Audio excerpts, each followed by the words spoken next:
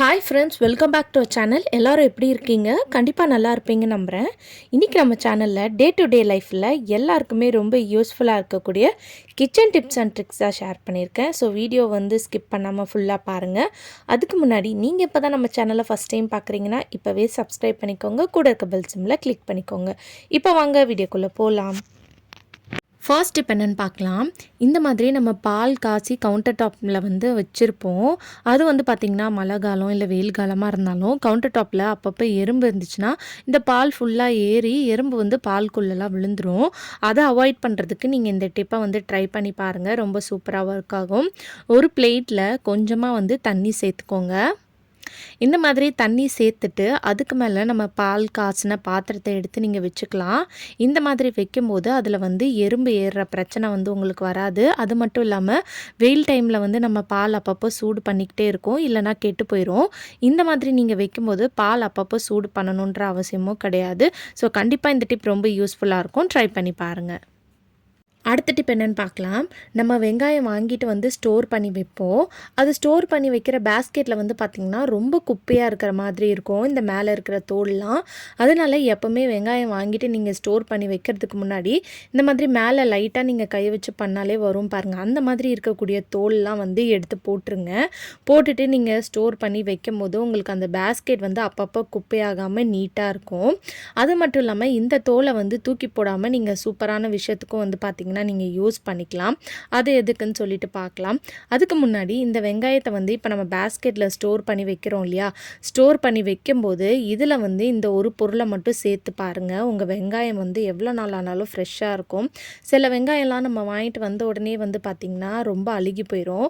So அதுக்கு இந்த டிப்பை try பண்ணி பாருங்கள். கொஞ்சமாக அரிசியை நீங்கள் ஸ்டோர் பண்ணி வைக்கிற அந்த வெங்காயம் பேஸ்கெட்டில் போட்டு விட்டுருங்க. இந்த மாதிரி போட்டு வைக்கும்போது உங்களுக்கு ரொம்ப நாள் வரைக்கும் வெங்காயம் ஃப்ரெஷ்ஷாக இருக்கும். ஏன்னா நம்ம நிறைய வாங்கி ஸ்டோர் பண்ணி வைக்கும் போது ஈஸியாக அந்த தோல்லாம் கருப்பாகி அழுகி போய் ஒரு மாதிரி ஸ்மெல்லே பார்த்திங்கன்னா உங்களுக்கு வரும். இந்த மெத்தடில் நீங்கள் ஸ்டோர் பண்ணி வச்சு பாருங்கள். ரொம்ப நாள் வரைக்கும் ஃப்ரெஷ்ஷாக இருக்கும்.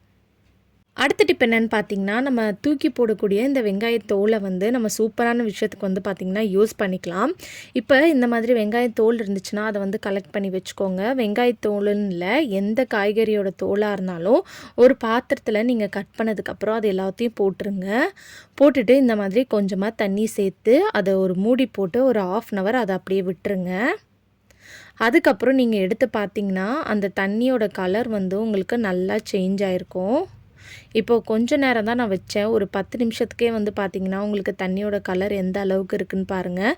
இப்போ அந்த டஸ்ட்டை மட்டும் எடுத்து நீங்கள் தூக்கி போட்டுட்டு இந்த தண்ணியை நம்ம வீட்டில் வளர்க்கக்கூடிய பிளான்ட்ஸ்க்கு தான் நம்ம ஊற்ற போகிறோம்.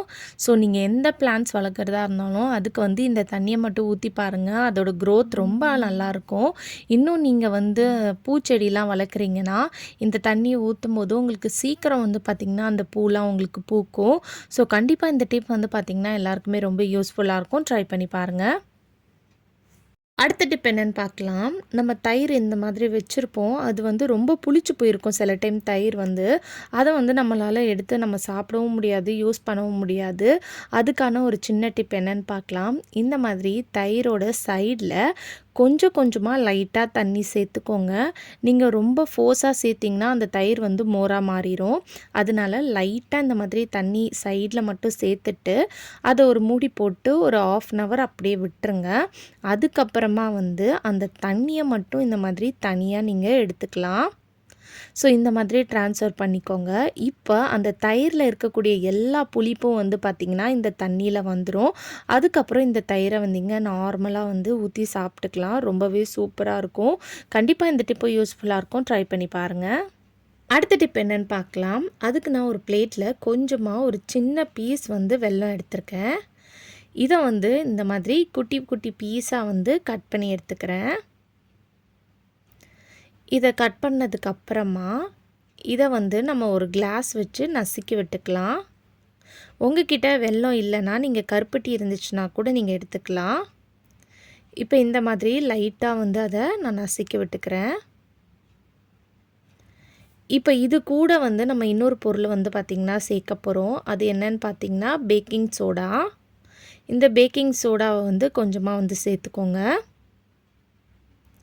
இப்போ இதெல்லாம் சேர்த்ததுக்கப்புறமா கொஞ்சமாக இதில் வந்து நம்ம தண்ணி சேர்த்துக்க போகிறோம். இப்போ தண்ணி சேர்த்ததுக்கப்புறம் ஒரு ஸ்பூனை வச்சு லைட்டாக வந்து இதை ப்ரெஸ் பண்ணி விட்டுக்கோங்க. இது வந்து உங்களுக்கு ரொம்ப தண்ணியாக வந்து ஃபார்மாக இருக்கக்கூடாது. இந்த மாதிரி கொஞ்சம் திக்காக இருக்கணும். ஸோ இந்த அளவுக்கு இந்த மாதிரி லைட்டாக ப்ரெஸ் பண்ணி எடுத்துக்கோங்க. இப்போ வந்து நான் குட்டி குட்டி பேப்பர் வந்து ஒரு 2 பேப்பர் கட் பண்ணி எடுத்துக்கிறேன். இந்த பேப்பரில் வந்து நம்ம ரெடி பண்ணி வச்சுருக்கோம் இல்லையா, இந்த பேஸ்ட்டை வந்து அப்ளை பண்ணி விடுங்க. இது எதுக்குன்னு பார்த்தீங்கன்னா, நம்ம வீட்டில் கரப்பான்பூச்சி தொல்லை ரொம்ப அதிகமாக இருக்கும். ஸோ அந்த மாதிரி இருக்கிறவங்க இந்த டிப்பை வந்து ட்ரை பண்ணி பாருங்கள். உங்களுக்கு சூப்பரான எஃபெக்டிவான ரிசல்ட் வந்து கிடைக்கும். ஏன்னா இந்த வெல்லம் வந்து பார்த்திங்கன்னா கரப்பான்பூச்சிக்கு வந்து இந்த ஸ்மெல் வந்து ரொம்ப பிடிக்கும். ஸோ அதை அட்ராக்ட் பண்ணுறதுக்கு தான் நம்ம இதில் வந்து வெல்லம் வந்து சேர்த்துருக்கோம். இது கூட நம்ம பேக்கிங் சோடா சேர்த்துருக்கனால இதை சாப்பிட்டுட்டு வந்து பார்த்திங்கன்னா அது இறந்து போயிடும்.